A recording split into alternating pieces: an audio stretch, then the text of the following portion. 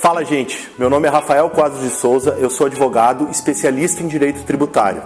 Aqui nós vamos tratar de direito tributário de uma forma leve e descomplicada. Tu está no Todo Mundo Entende de Tributário. Nós estamos desenhando um programa econômico de estabilização para um país de alta inflação, com crescimento econômico e uma sociedade aberta e democrática que nós queremos mantê-la assim. Hoje nós vamos tratar só do imposto de renda pessoas físicas, até porque o imposto de renda de pessoas jurídicas tem muitas peculiaridades e depende da forma de tributação que a empresa apresenta. Se ela é do simples, se é do lucro presumido, se ela é lucro real, se ela é lucro arbitrado. Então nós vamos falar hoje só imposto de renda pessoas físicas. O imposto de renda está entre os tributos de maior arrecadação no país. Ele só perde para o ICMS e para as contribuições para a Previdência Social. Além da Constituição Federal e do Código Tributário Nacional, o imposto de renda tem suporte de uma farta legislação. Leis ordinárias, uma lei complementar e infinitas instruções normativas. É lei que não acaba mais.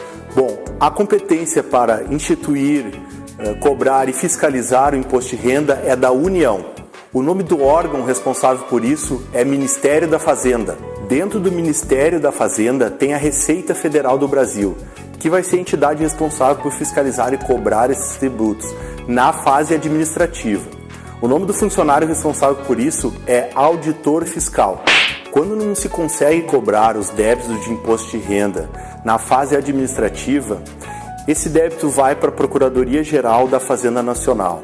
A Procuradoria, por meio dos seus procuradores, que são procuradores da Fazenda Nacional, vai inscrever esse débito em dívida ativa e vai cobrar judicialmente, então, que se chama a execução fiscal. Mas aí tu me pergunta, como é calculado o imposto de renda? Ele é calculado com base nos rendimentos tributáveis. Para muitos, o imposto de renda é descontado diretamente na fonte. Por exemplo, um funcionário público que recebe todo mês os seus vencimentos. O valor do imposto de renda é descontado diretamente do seu contra-cheque, ou seja, a sua fonte pagadora. O empregado também tem o seu imposto descontado diretamente da fonte pagadora, ou seja, pelo seu empregador. As alíquotas, ou seja, o percentual que tu vai pagar em cima dos rendimentos que tu obteve no ano, variam de isento, por exemplo, esse ano 2018, em torno de R$ 1.900 por mês é considerado isento, até 27,5% dos rendimentos tributáveis. Quanto mais rendimentos tributáveis tu tiver, maior vai ser a alíquota, ou seja, é uma alíquota progressiva. Agora, quem é profissional liberal, por exemplo, como faz? Quando o profissional liberal, ou seja, advogado, arquiteto, médico, recebe valores de pessoas físicas, ele tem que declarar e calcular esses valores mês a mês no imposto de renda. Isso se chama carnê-leão. Quando o profissional liberal recebe valores de pessoas jurídicas, ele deve pedir para essa empresa o comprovante de rendimentos recebidos de pessoas jurídicas. Nesse comprovante vão estar os valores pagos e o valor já descontado de imposto de renda, assim como acontece com o funcionário público e com o empregado, conforme a gente falou antes.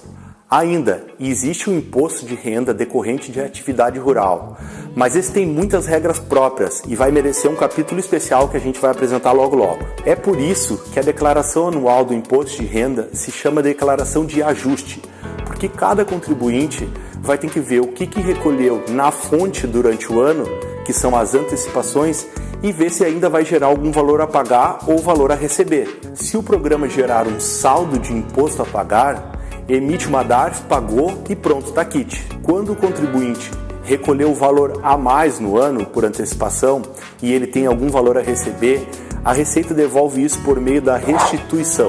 Para isso, o contribuinte vai informar o número da conta corrente que possui em banco, onde a Receita vai depositar essa restituição.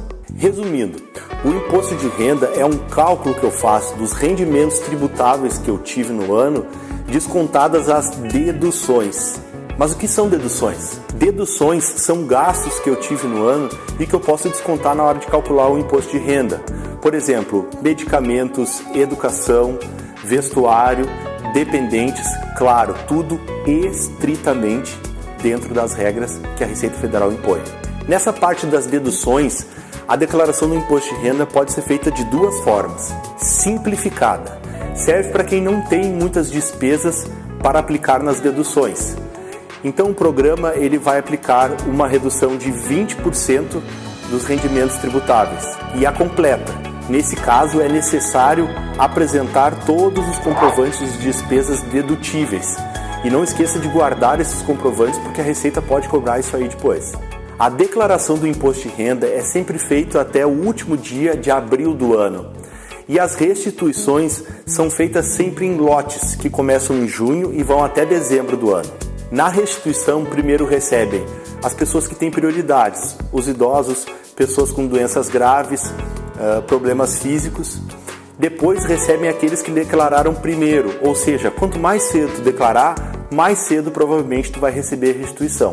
Claro, se a Receita não encontrar nenhuma inconsistência na tua declaração.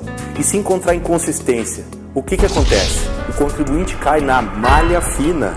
Quando a Receita Federal, por meio dos seus sistemas de cruzamento de dados, encontra alguma inconsistência na tua declaração, ela vai te intimar para explicar ou consertar essa inconsistência na tua declaração do imposto de renda. A isso a gente dá o nome de malha fina. Por exemplo, eu tenho uma poupança e durante o ano eu recebi rendimentos dessa poupança. Só que eu esqueci de declarar.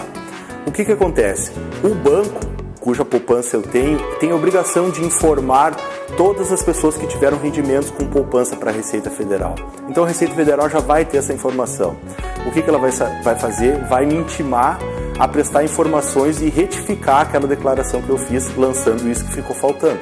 Uma questão que sempre me faz: por que declarar bens, por exemplo, carro, casa, no imposto de renda, se eu já estou pagando imposto em cima deles? Por exemplo, no carro eu pago IPVA e na casa eu pago IPTU. O fisco não está preocupado em quais bens tu possui. Na verdade, o que ele está preocupado é com a tua evolução patrimonial. No caso de automóveis, a Receita vai querer saber por quanto tu comprou, por quanto tu vendeu, se tem financiamento do automóvel. No caso de imóveis, a diferença entre o valor que tu construiu ou que tu comprou o imóvel para o valor que tu vendeu pode gerar o imposto de renda sobre o chamado lucro imobiliário. Assim, o fisco usa todas as informações para comparar se o patrimônio que tu tem está compatível com a renda que tu está declarando, entendeu? Uma informação muito importante que eu te dou: mantenha sempre o teu endereço atualizado na Receita Federal. Por quê? Porque todas as notificações, cobranças, informações que a Receita tem que te passar, elas vão por meio ou de e-mail, mas geralmente por meio de correio. Então, a Receita considera enviada essa notificação, essa cobrança, simplesmente quando ela manda para o teu endereço. Depois tu não pode justificar que aquele não era o teu endereço correto, porque a tua obrigação é de manter o endereço atualizado. Eu já vi casos de contribuintes que perderam o prazo para fazer essa explicação ou fazer defesa para notificações e acabaram muitas vezes tendo que pagar altas multas, podendo chegar até 200%. Enfim, nós podíamos ficar horas aqui falando do imposto de renda, porque as particularidades são muitas e mudam a toda hora. Mas isso vai merecer outro vídeo que em breve a gente fala para ti. Então, pessoal, este é o conteúdo de hoje. Gostou do vídeo? Então dá um like e se inscreve no canal. A gente já está preparando novos vídeos para ti, porque aqui todo mundo entende de tributário. Nós estamos desenhando um programa econômico de estabilização para um país de alta inflação, com crescimento econômico e uma sociedade aberta e democrática que nós queremos mantê-la assim.